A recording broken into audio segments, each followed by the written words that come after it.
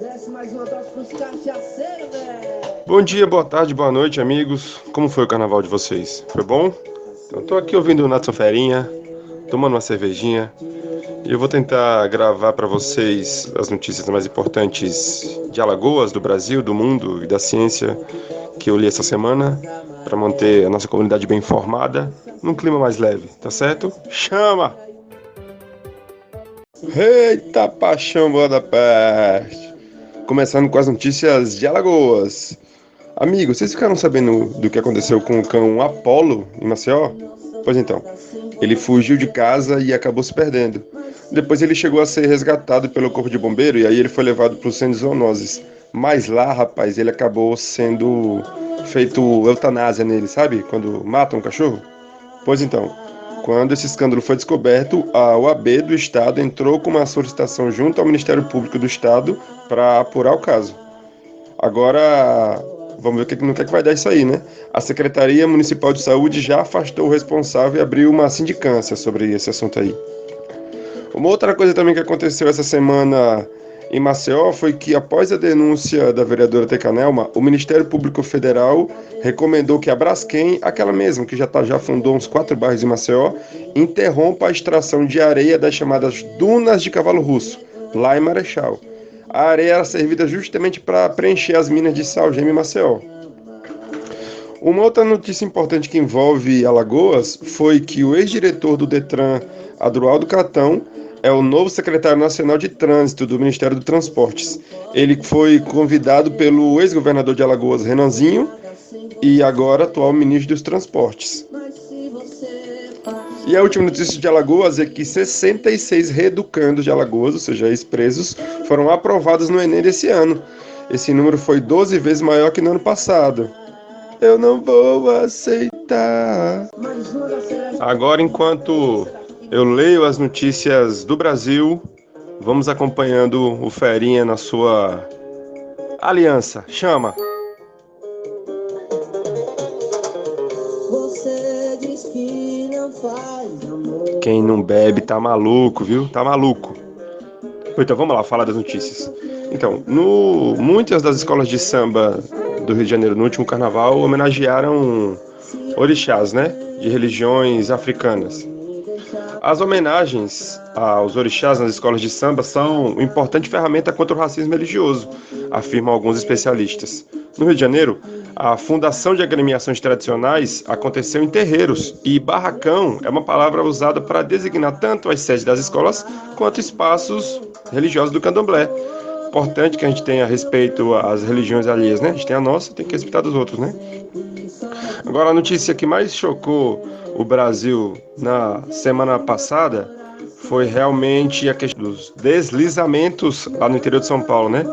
Pois então, o que a gente descobriu essa semana é que autoridades do governo federal, do estado de São Paulo e da prefeitura de São Sebastião foram avisadas sobre o risco de desastres 2 dias antes dos temporais atingirem o litoral norte paulista. Quem diz isso é o Centro Nacional de Monitoramento de Alerta de Desastres Naturais. Apesar disso, moradores da região dizem que os governos falharam em repassar a informação. Segundo depoimentos dados à imprensa, a maioria dos habitantes de São Sebastião e das cidades do entorno não foi alertada sobre as chuvas que chegariam, nem da iminência de deslizamentos. Além dos alertas imediatos feitos pela CEMADEM, projeções feitas há anos por cientistas sobre os impactos das mudanças climáticas no Brasil mostram que os governos locais tinham condições de saber sobre os riscos das atuais chuvas de verão no litoral do norte paulista. Segundo o relatório do painel intergovernamental sobre mudanças climáticas da ONU, de 2022, eventos climáticos extremos, como chuvas, secas ou incêndios florestais, têm aumentado em frequência e intensidade por causa do aquecimento global, cujos impactos são visíveis em diversos países. É isso, né, amigos? O aquecimento global está aí, as autoridades já sabem disso e não tomam providência porque são preguiçosos ou então coniventes, né? E sempre sobra para a população mais pobre, né? Os mais ricos pegam seus jatinhos, pegam seus aviões, né? Pegam seus carros importados e podem ir embora. Agora pode ver qual é a região que é mais afetada, quem é que mais se lasca e perde suas casas, né? Que os nossos filhos irão nascer. Próxima notícia. O ministro do Desenvolvimento e Assistência Social, Wellington Dias, disse que mais de 1,5 milhão de pessoas foram excluídas do Bolsa Família. Vão ser excluídas do Bolsa Família a partir de março, porque estão recebendo o benefício de forma irregular. Segundo ele, o governo também investiga outros 5 milhões de beneficiários. Ele também afirmou que 700 mil famílias que se encaixam nos critérios não estavam recebendo benefício e que vão ser incluídas agora. A expectativa do governo é que no final da triagem, pelo menos 2,5 milhões de pessoas percam a renda. Ainda, de acordo com o ministro, o número de beneficiários do Bolsa Família hoje é de mais de 21 milhões de famílias. Uma outra notícia, a última do Brasil, é que a Amazônia teve recorde de alertas de desmates em fevereiro. Mais de 200 km² foram desmatados, segundo dados do INPE. Essa é a maior marca para o mês em toda a série histórica realizada desde 2015. Chama na cachaça! E essa, hein? Te pego ou não? Nath Ferinha? Chama na internacional. Tchau. Então, a primeira notícia internacional é sobre a guerra da Ucrânia, que está completando o ano, certo? E aí, um jornalista americano escreveu um texto importante pensando sobre isso. O que ele coloca?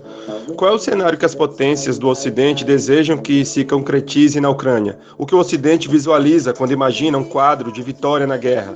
O editor-chefe do Político, que é um site muito importante lá dos Estados Unidos, Mitchell Kempsky, argumenta que essa pergunta fundamental ainda está em aberto. Os objetivos não são claros para ninguém, ou seja, enquanto países como a Alemanha e Estados Unidos discutem quais armas e munições vão enviar para apoiar os ucranianos no repúdio à invasão russa, a pergunta mais importante de todas segue sem resposta, mesmo um ano depois do início do conflito. Ainda sobre a guerra da Ucrânia, um outro jornalista americano descobriu essa semana que o governo dos Estados Unidos foi responsável por uma das coisas que motivou o início da guerra, que foi a destruição de gasodutos. Vou explicar melhor. Mergulhadores da Marinha dos Estados Unidos, operando sobre a cobertura de um exercício de treinamento da OTAN, amplamente divulgado, conhecido como Baltop 22, plantou explosivos acionados remotamente que destruíram 3 dos 4 gasodutos Nord Stream, segundo uma fonte, um conhecimento direto do planejamento operacional. A decisão do presidente dos Estados Unidos de sabotar os gasodutos ocorreu após mais de 9 meses de debates altamente secretos dentro da Comunidade de Segurança Nacional lá dos Estados Unidos, sobre a melhor forma de atingir esse objetivo. Durante grande parte desse tempo, a questão não era se a missão deveria ser feita, mas como realizá-la sem deixar nenhuma pista clara de quem era o responsável. Hoje a gente já tem evidências mais que claras de que os responsáveis eram, adivinha, os americanos. Ainda sobre a questão da guerra da Ucrânia, o Brasil foi um dos 11 países a votar no Conselho de Segurança das Nações Unidas para condenar a invasão da Rússia à Ucrânia. O Conselho de Segurança tem 15 membros, 5 permanentes, que têm poder de veto, e 10 não permanentes, como é o caso do Brasil. 11 dos membros votaram para repreender a invasão russa. Índia, China, Emirados Árabes se abstiveram. A Rússia foi a única que votou contra a resolução e ela é um membro permanente. Além das questões sobre a guerra na Ucrânia, no início do mês, um terremoto de magnitude 7,8 na escala Richter atingiu a Turquia e a Síria, tirando a vida de mais de 50 mil pessoas. O sismo e seus diversos tremores subsequentes foi o mais mortal desde o terremoto do Haiti em 2010. A magnitude em si do tremor não dá conta da dimensão da destruição na Síria e em especial na Turquia. Isso porque o terremoto criou 2 linhas de ruptura em áreas povoadas, rasgando o chão e arrastando o solo em direções opostas. A maior dessas linhas tem uma extensão de 300 quilômetros, amigos. É muita coisa, viu? Só te peço uma coisa, não beija outro cara na minha frente não, vida. Rapaz, e aí, hein? Quando vê beijando outro cara, coração fica apertado demais. Já que a gente chegou ao ponto do ponto final. Mas voltando, nosso último bloquinho, agora com notícia de ciência, são só 2, rapidinho pra gente terminar. São 2, uma sobre idade mental e idade física, e a outra sobre pontualidade, certo? A primeira, qual idade você sente que tem, independente da sua idade real? Um artigo da revista Atlantic fez essa pergunta a várias pessoas e conversou com pesquisadores que estudam a idade subjetiva. Algumas conclusões foram que quem tem até 25 anos costuma se achar mais velho, enquanto depois dos 40, o mais comum é subtrair em torno de 20% da idade real. Alguns falam sobre como um acontecimento traumático os congelou numa idade. E aí, qual a idade que vocês costumam dizer para aquela gatinha ou para aquele gatinho? Dizem que tem mais, dizem que tem menos? Conta para nós. E a outra notícia, a última, para encerrar, é que em parte das culturas a pontualidade é um valor a ser cultivado e o atraso pode ser considerado sinônimo de desrespeito. Essa valorização do tempo e do relógio pode ser relacionada às mudanças no regime de trabalho e no estilo de vida causados pela Revolução Industrial. Porém, em algumas culturas, o atraso é visto com normalidade e o tempo é medido de forma que vai além do relógio. Um artigo da NPR mostrou como a forma como organizamos nosso tempo é influenciada por fatores culturais e as vantagens de uma flexibilização dessa organização. De acordo com o texto, que traz perspectivas de adeptos dessa forma diferente de viver o tempo, não se prender tanto às regras impostas pelo relógio pode reduzir a ansiedade e estresse causado por um imprevisto do dia a dia. Tá vendo aí, amigos? Quando eu chegar um pouquinho atrasado, quando a gente tiver combinado para ir para festa de um povoado ou dar aquele passeio no rio, deixa pra lá, rapaz, entendeu? Tem que entender que é, entendeu? A mente trabalhando.